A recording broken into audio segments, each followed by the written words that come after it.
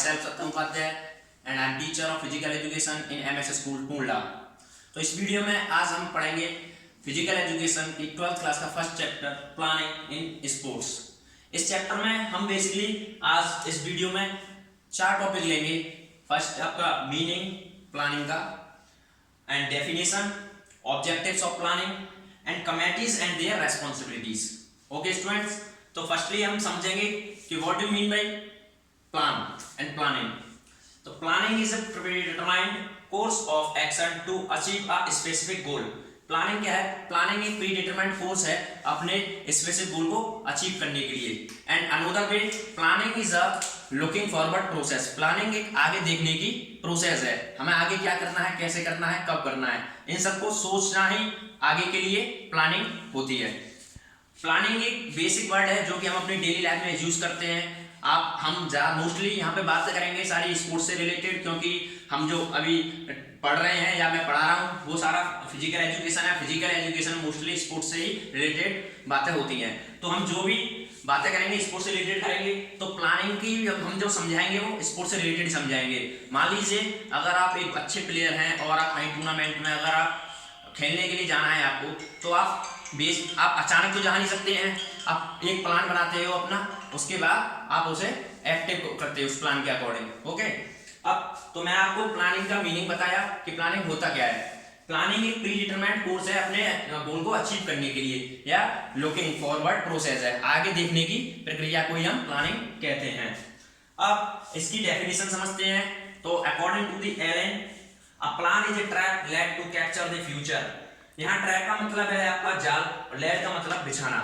तो according to the Elon उन्होंने बताया कि प्लान एक ऐसा जाल है जिसे बिछाया जाता है to capture the future, future को पकड़ने के लिए। अंडरस्टैंड?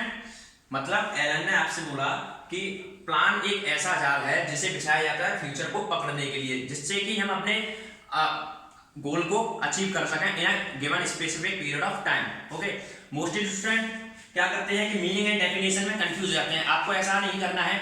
मीनिंग अगर आपसे पूछा जाए तो आप प्लानिंग का ये मीनिंग आप बता सकते हैं, और डेफिनेशन अगर आपसे डिस्क्राइब करने की बोली जाए तो आप या तो आप एलन के द्वारा जो दी गई है डेफिनेशन उसे डिस्क्राइब कर सकते हैं, या और जो आपको सही लगे आपके बुक में, और काफी राइटर्स हैं उन्होंने अपने अकॉर्डिंग उन्होंने डेफिनेशन दी हुई है, तो उसको आप नोट डाउन कर सकते हैं या लर्न कर सकते हैं। ओके, अब next topic is objectives. What is the objectives of planning? Planning के हमें फायदे क्या हैं? तो first objective of planning is that to reduce unnecessary pressure of immediacy. Immediacy means जो हम लास्ट में हड़बड़ाहट कर देते हैं किसी भी प्रोसेस को करते में। मान लीजिए अगर आप कोई भी वर्क कर रहे हैं, अपना डेली रूटीन वर्क मान लीजिए अब कर रहे हैं, और लास्ट में अगर आपको लग रहा है कि मेरा जो गोल है वो मैं अचीव करने वाला हूं, और तभी वहां आप अगर कोई हड़बड़ी कर देते हैं तो उसी हड़बड़ी को हम बोलते हैं immediacy.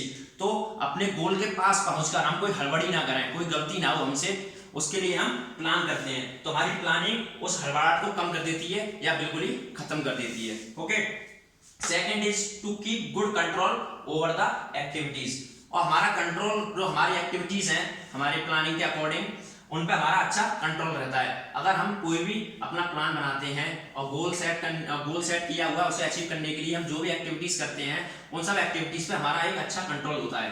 Okay, third point is to facilitate proper coordination.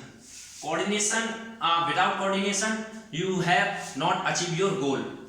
Okay, अगर आपके पास कोऑर्डिनेशन नहीं है अपने टीम के साथ या अदर मेंबर्स के साथ, तो आप अपने गोल को कभी अचीव नहीं कर सकते। तो कोऑर्डिनेशन फैसिलिटेट करता है हमें प्लानिंग कोऑर्डिनेशन के लिए। कोऑर्डिनेशन प्रॉपर बना रहता है अगर हम प्लानिंग के अकॉर्डिंग अपना कोई भी प्लान अगर हम प्रोसेस में लाते हैं तो हमारा कोऑर्डिनेशन प्रॉपर वे में चलता रहता है। Fourth point is to reduce the chance of mistake. जो मिस्टेक का चांस है वो कम हो जाता है। अगर विदाउट प्लानिंग अगर आप कोई भी एक्शन लेते हो तो आपका चांसेस ऑफ मिस्टेक ज्यादा रहता है। अगर वहीं अदर हैंड आप अगर प्लानिंग के साथ कोई वर्क करते हो, कोई स्टेप लेते हो, तो आपकी मिस्टेक का चांस बहुत ही कम रहता है। Okay student, it's clear? Now your last and fourth topic is committees and their responsibilities. अब देखिए, कमिटीज वर्ड भी आप लोगों ने मोस्टली सुना होगा। बहुत सारी कमिटीज होती हैं, हर फील्ड में कमिटीज होती हैं, ऐसे ही आपके स्पोर्ट्स में भी काफी सारी कमिटीज होती हैं। कमेटीज का आपका इन शॉर्ट्स आपको एक छोटी सी डेफिनेशन बता देता हूँ। Committees is a group of people to appoint a specific period of time to achieve a goal. Okay, तो बहुत सारी कमेटीज हमारे स्पोर्ट्स में होती हैं, वो आपको हम बताते हैं। तो पहली कमेटी है आपकी पब्लिसिटी कमेटी।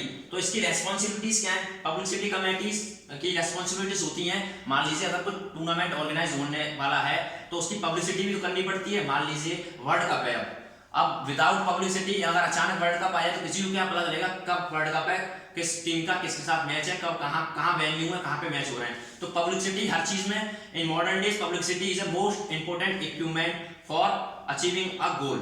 ओके, पब्लिसिटी, तो इसकी रेस्पॉन्सिबिलिटी यही है कि वो किसी भी इवेंट का पब्लिसिटी करती है। Okay, second committee is transport. As you know, transport का मतलब होता है आपका जो हमें ट्रांसपोर्ट फैसिलिटीज प्रोवाइड करते हैं, हमारे एयरप्लेन्स हो गए, हेलीकॉप्टर्स, बसेस और कार्स एटसेट्रा। तो प्लेयर्स को या ऑफिशियल्स को लेके आना ग्राउंड पे अपने होटल से और उनको पहुंचाना वापस, ये हमारा सब ट्रांसपोर्ट कमेटीज की रेस्पॉन्सिबिलिटीज होती है। Okay, third is decoration. Without decoration कुछ नहीं होता है। ओके, तो डेकोरेशन कमेटीज की ये रेस्पॉन्सिबिलिटीज होती है कि वो जो भी इवेंट है वहां पे ओपनिंग सेरेमनी है, क्लोजिंग सेरेमनी है, तो वहां पे वो डेकोरेट करे उस चीज को, जिससे कि आपका जो अट्रैक्शन है प्लेयर्स का या ऑफिशियल्स का वो थोड़ा और ज्यादा मजबूत हो। तो डेकोरेशन कमेटीज की यही एक रेस्पॉन्सिबिलिटीज है कि वो डेकोरेट करें पूरे इवेंट्स को, स्टेडियम हो, इंडोर स्टेडियम हो, आउटडोर हो, एटसेट्रा जो भी हो, तो उसकी यही रेस्पॉन्सिबिलिटीज है। Last one is ground and equipment. इस कमेटीज की रेस्पॉन्सिबिलिटीज है ग्राउंड की मेंटेनेंस करना, इक्विपमेंट की मेंटेनेंस करना। इक्विपमेंट को कब कहां कैसे रखना है और किस वे में उन्हें ड्रॉ में रखना है या कहीं नीचे फर्श पर रखना है, ऐसी जगह रखना है जहां सीलन वगैरह ना हो, जैसे इक्विपमेंट डैमेज हो जाए। ग्राउंड को प्रॉपर मेंटेन करना है जिससे कि कोई भी खिलाड़ी अगर कोई खेल रहा है तो इंजर्ड ना हो। तो ये सारी रेस्पॉन्सिबिलिटीज होती हैं ग्राउंड एंड इक्विपमेंट कमेटीज की। And fifth committees is reception committees. Reception committees की रेस्पॉन्सिबिलिटीज आपकी होती है कि अगर कोई भी ऑफिशियल आ रहा है या आपका कोई चीफ गेस्ट है तो उसका वेलकम करना, यही हमारी रेस्पॉन्सिबिलिटीज होती है रिसेप्शन कमेटी की। ओके स्टूडेंट्स, इतना समझ में आया? अब मिलेंगे नेक्स्ट वीडियो में। Thank you.